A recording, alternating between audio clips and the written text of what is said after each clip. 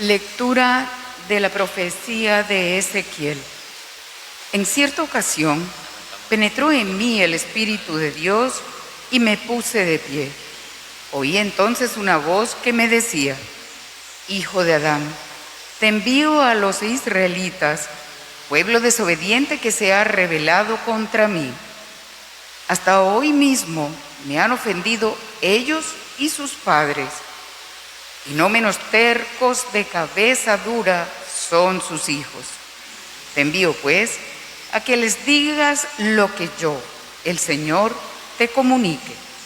Así sabrán que hay un profeta en medio de ellos, te hagan caso o no te hagan caso, pues son un pueblo rebelde. Palabra de Dios. Señor, esperamos tu misericordia.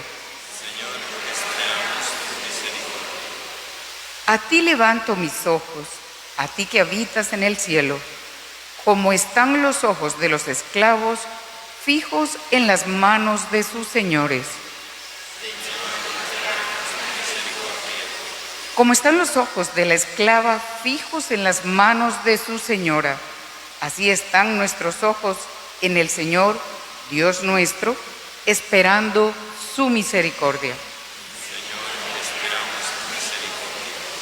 Misericordia, Señor, misericordia, que estamos saciados de desprecios.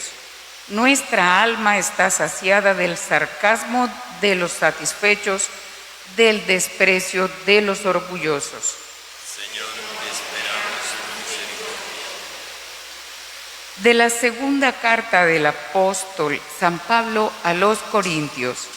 Hermanos, para que yo no sea soberbio, me han clavado una espina en la carne, de la que se vale Satanás para herirme, y que no deja que me llene de orgullo. 3 veces rogué al Señor que me librara de este sufrimiento, pero Él me declaró: te basta con mi gracia, pues mi poder se muestra mejor en los débiles. Para verme, pues, revestido del poder de Cristo, voy a gloriarme más bien de mis debilidades. Por eso, ahora me alegro de sufrir enfermedades, injurias, privaciones, persecuciones y angustias por amor a Cristo. Pues cuando me siento débil, más fuerte soy. Palabra de Dios.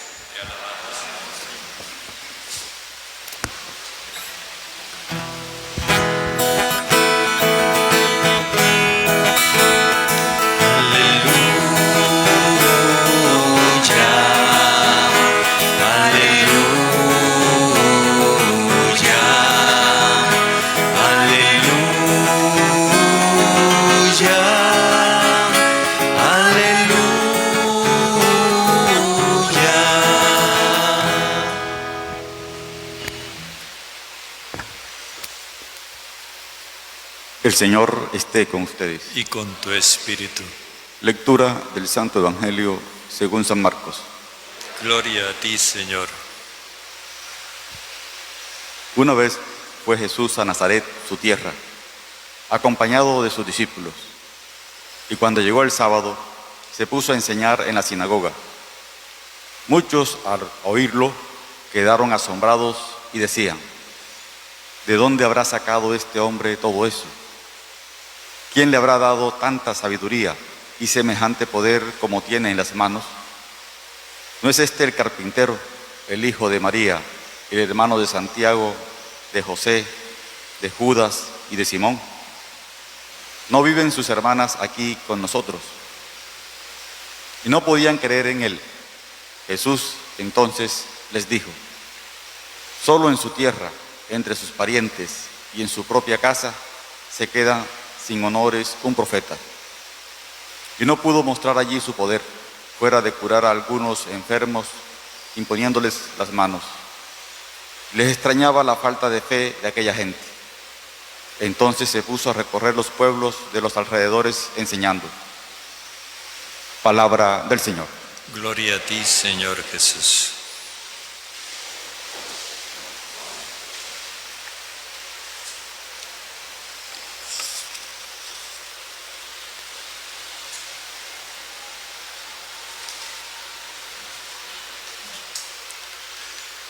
Suele suceder que a veces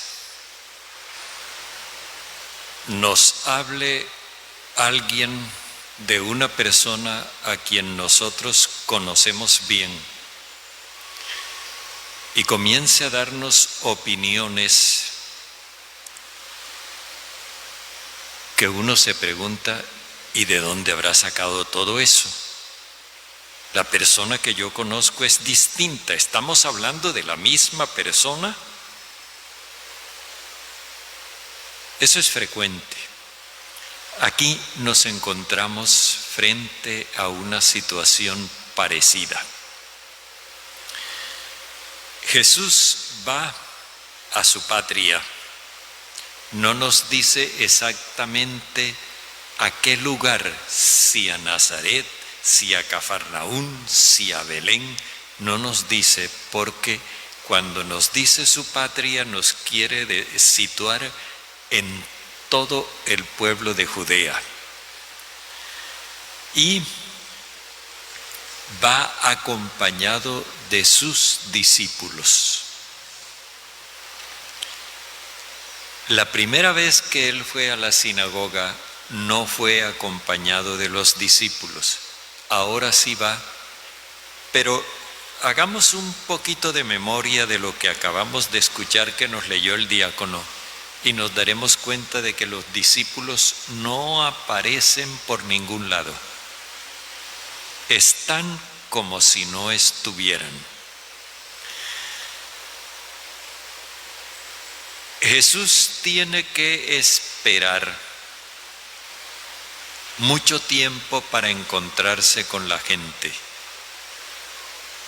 Al parecer, ya la gente no está interesada en escucharlo. Solamente el sábado, cuando ya era inevitable porque se tenían que encontrar en la sinagoga, solamente el sábado se encuentran con él. Y entonces Jesús, como de costumbre, se pone a enseñar. La primera vez que estuvo en la sinagoga, todos decían, asombrados, sorprendidos, que esa enseñanza sí tenía autoridad. Cómo enseñaba con libertad, no como los letrados. O sea, la enseñanza de Jesús resultó grata para el pueblo y en cambio la enseñanza de los letrados les pareció poca cosa comparada con la de Jesús. Ahora las cosas han cambiado. Lo primero es que la gente se pregunta por Jesús, bueno, ¿y este quién se cree? Hay una duda sobre su persona de la noche a la mañana. La experiencia que tuvieron se perdió y de la noche a la mañana ahora aparece que, ¿y este de qué se las da? Luego se refieren a su enseñanza. ¿Quién le habrá dado ese saber? Cuando preguntan quién, se supone que no es Dios. La vez anterior habían deducido que Dios estaba detrás de las palabras de Jesús. Ahora ya no. Ahora se preguntan quién está detrás de eso. Y también se refieren a sus acciones. El evangelista utiliza una expresión que se usaba en el Antiguo Testamento para referirse a las obras que realizó Moisés para sacar al pueblo de Egipto. Hablaban de las proezas, pero aquí ahora tiene un tinte negativo. Dice, y esas proezas que le salen de las manos, le salen, como quien dice, no es él quien las hace, hay otro, un titiritero que está manejándolo y que a través de él actúa. Así que primero han arrojado un manto de duda general sobre su persona. Luego puntualmente descalifican su enseñanza y enseguida descalifican sus acciones, para luego proceder a descalificarlo por su familia, por su origen. ¿No es este el carpintero, el hijo de María? Esto que a nosotros nos parece un reconocimiento, la Santísima Virgen, entre ellos significaba otra cosa. Llamar a un hombre hijo de su madre era decir que no era digno hijo de su padre. Así que esta denominación para ellos tiene un carácter descalificador. Y luego presentan a toda su parentela, se los llevan por delante a todos. Ninguno merece su consideración y su aprobación. En definitiva, lo que quieren dar a entender es un carpintero que no ha ido a la escuela. ¿De qué se las da? Jesús ve que no le dan fe. Antes le habían dado fe, ahora ya no. Y entonces él se define a sí mismo como profeta. Solo en su tierra, entre sus parientes y en su propia casa, es considerado deshonrado un profeta. Al decir que es profeta, está respondiendo todas las dudas. Si es profeta, viene en nombre de Dios, habla en nombre de Dios, actúa en nombre de Dios. Y por consiguiente no importa el origen, no importa la familia. Si Dios lo escogió, Él está ahí en nombre de Dios. Pero nos preguntamos, ¿qué fue lo que pasó para que la gente, después de haber tenido una experiencia directa de Jesús, después de haberlo conocido y escuchado, de haber quedado bien impresionada con su enseñanza, qué fue lo que pasó para que la gente se diera la vuelta de una forma tan radical? Ahí es donde está el asunto que nos interesa. Resulta que cuando Jesús con su enseñanza hizo quedar mal la enseñanza de los letrados, entonces vinieron unos letrados de la capital y empezaron a recorrer toda Galilea, diciendo que Jesús estaba practicando brujería, que estaba aliado con Satanás. Los letrados se dedicaron a difamar a Jesús. Y con el prestigio que tenían los letrados, porque eran los letrados, la gente se comió el cuento. Y entonces negaron su propia experiencia para atenerse a lo que decían los jefes. Esto sí ya nos suena parecido y nos suena conocido. Cómo a veces hay personas que han tenido una experiencia muy personal del Señor y que luego niegan esa experiencia porque en las redes sociales, en la televisión, en la radio, en cualquier parte, cualquier persona dijo cualquier cosa. Esto de negar la propia experiencia para afirmar lo que otro dice implica una despersonalización. Es decir, un pueblo que no piensa con su propia cabeza, sino que tiene que pedir permiso para pensar.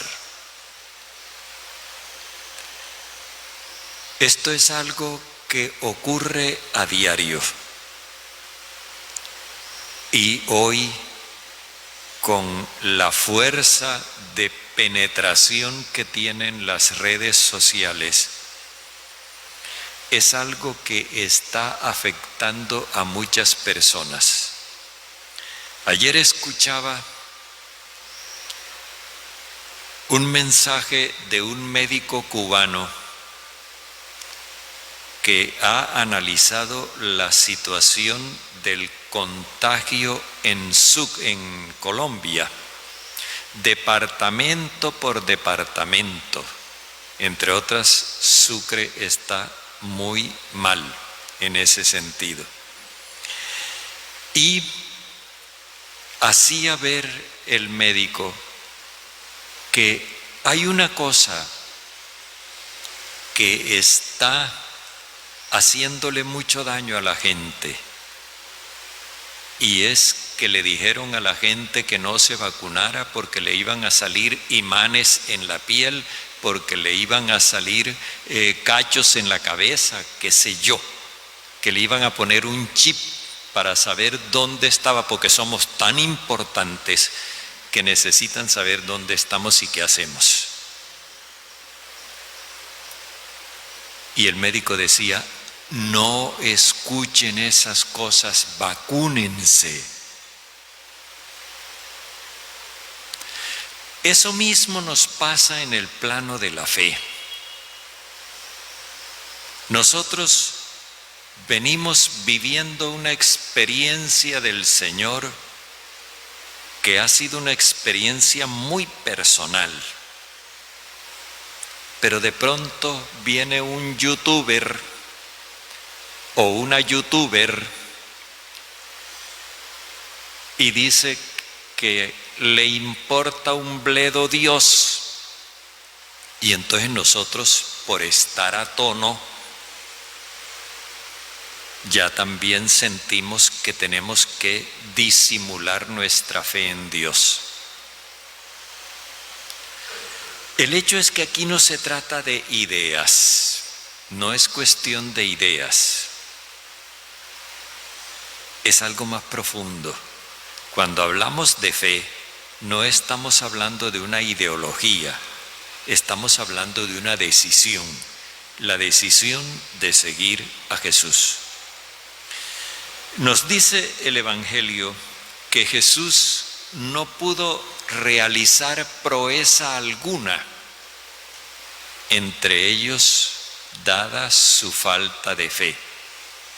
Es decir, la única forma de que la libertad de conciencia, la libertad del pueblo se haga efectiva es cuando el pueblo le da su adhesión a Jesús.